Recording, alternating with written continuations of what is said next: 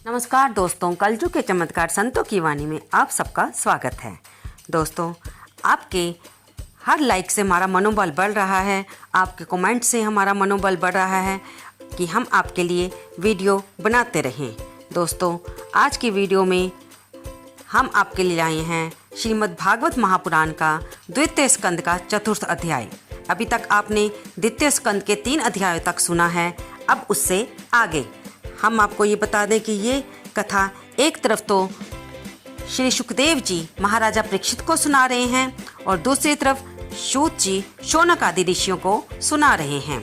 इस अध्याय में राजा का सृष्टि विषयक प्रश्न और सुखदेव जी का कथा आरंभ आता है। सूत जी कहते हैं सुखदेव जी के वचन भगवत तत्व का निश्चय कराने वाले थे। राजा परीक्षित ने उन्हें सुनकर अपनी शुद्ध बुद्धि भगवान श्री कृष्ण के चरणों में अनन्य भाव से समर्पित कर दी। शरीर, पत्नी, पुत्र, महल, पशु, धन, भाई बंधु, राज्य में नित्य के अभ्यास के कारण उनकी ममता हो गई थी। उन्होंने एक क्षण में ही उस ममता का त्याग कर दिया। शौनक आदि ऋषियों महामनस्वी परीक्षित ने अपनी मृत्यु का निश्चित समय जान लिया था, इसलिए उन्होंने धर्म, अर्थ और काम से संबंध रखने वाले जितने भी कर्म थे उनका संन्यास कर दिया। इसके बाद भगवान श्री कृष्ण में सुदृढ़ आत्म भाव को प्राप्त होकर बड़ी श्रद्धा से भगवान श्री कृष्ण की महिमा सुनने के लिए उन्होंने श्री सुखदेव जी से यही प्रश्न किया जिसे आप लोग मुझसे पूछ रहे हैं। परीक्षित ने पूछा, हे मुनिवर, आप परम पवित्र और सर्वज्ञ हैं। आपने यो कहा वह सत्य और उचित है। जैसे जैसे आप भगवान की कथा कहते जा रहे हैं वैसे वैसे मेरे अज्ञान का पर्दा फटता जा रहा है। फिर भी मैं आपसे ये जानना चाहता हूँ कि भगवान अपनी माया से इस संसार की सृष्टि कैसे करते हैं। इस संसार की रचना तो इतनी रहस्यमयी है कि ब्रह्म आदि समर्थ लोकपाल भी इसे समझने में भूल कर बैठते हैं। भगवान कैसे इस विश्व की रक्षा और संहार करते हैं। अनंत शक्ति परमात्मा किन किन शक्तियों का आश्रय लेकर अपने आप को ही खिलौने बनाकर खेलते हैं। वे बच्चों के बनाए हुए घरौंदों की तरह ब्रह्मांडों को कैसे बनाते हैं और फिर किस प्रकार बात ही बात में मिटा देते हैं। भगवान श्री हरि की लीलाएं बड़ी ही अद्भुत और अचिंत्य हैं, इसमें बिल्कुल भी संदेह नहीं। बड़े बड़े विद्वानों के लिए भी उन लीलाओं को समझना बहुत कठिन होता है। भगवान तो अकेले ही हैं। वे बहुत से कर्म करने के लिए पुरुष रूप से प्रकृति के विभिन्न गुणों को एक साथ ही धारण करते हैं, अतः अनेकों अवतार ग्रहण करके उन्हें धारण करते हैं। मुनिवर, आप तो वेद और ब्रह्म तत्व दोनों के मर्मज्ञ हैं, इसलिए मेरे इस संदेह का निवारण कीजिए। सूत जी कहते हैं, जब राजा परीक्षित ने भगवान के गुणों का वर्णन करने के लिए उनसे इस प्रकार प्रार्थना की, तब श्री सुखदेव जी ने श्री भगवान कृष्ण का बार बार स्मरण करके अपना प्रवचन प्रारंभ किया।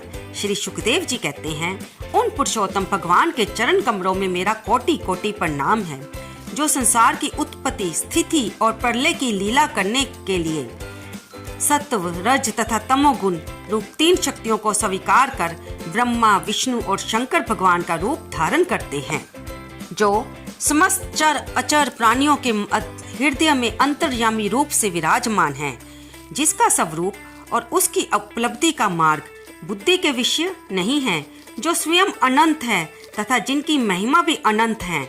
हम पुनः बार बार उनके चरणों में नमस्कार करते हैं, जो सत्पुरुषों का दुख मिटाकर उन्हें अपने प्रेम का दान करते हैं, दुष्टों की संसारिक बढ़ती रोककर उन्हें मुक्ति देते हैं, तथा जो लोग परमहंस आश्रम में स्थित हैं उन्हें उनकी भी अभीष्ट वस्तु का दान करते हैं, क्योंकि चर अचर समस्त प्राणी उन्हीं की मूर्ति हैं, इसीलिए किसी से भी उनका पक्षपात नहीं है।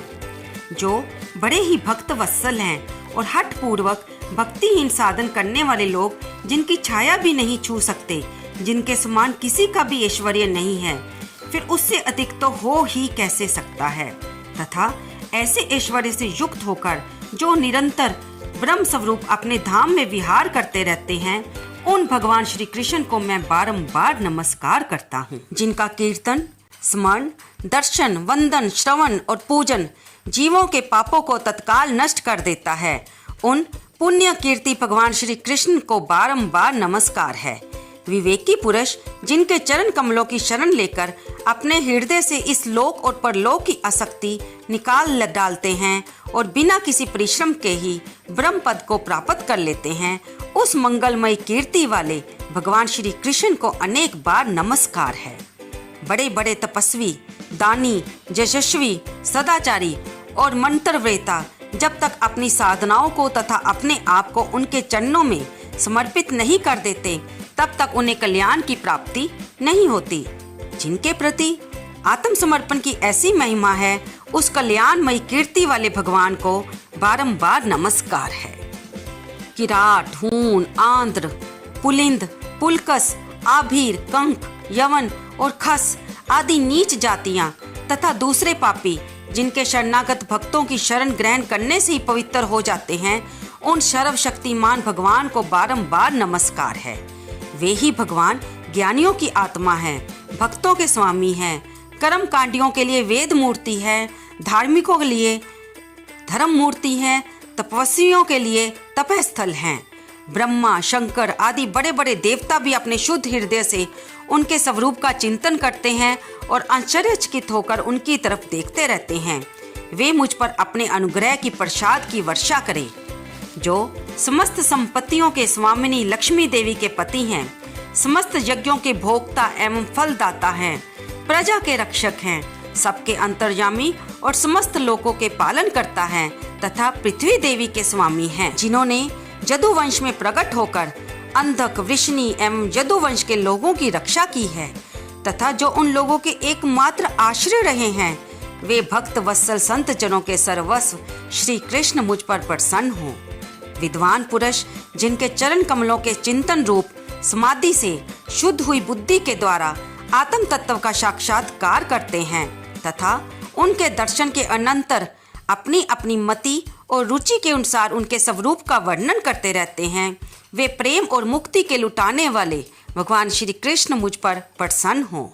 जिन्होंने सृष्टि के समय ब्रह्मा के हृदय में पूर्व कल्प की स्मृति जागृत करने के लिए ज्ञान की अधिष्ठात्री देवी को प्रेरित किया और वे अपने अंगों के सहित वेद के रूप में उनके मुख से प्रकट हुई।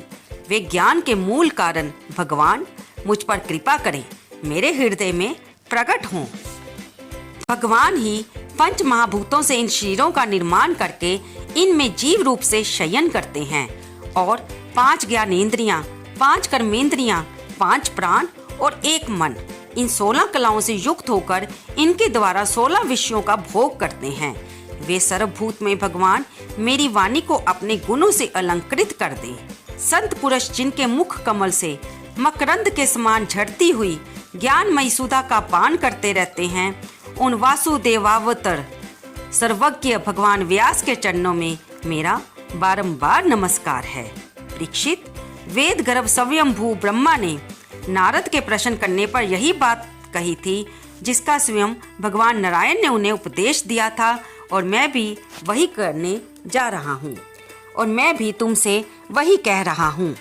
तो दोस्तों, यहाँ पर हमारा द्वितीय स्कंद का 4था अध्याय समाप्त होता है। अगली वीडियो में हम आपके साथ 5वें अध्याय की चर्चा करेंगे।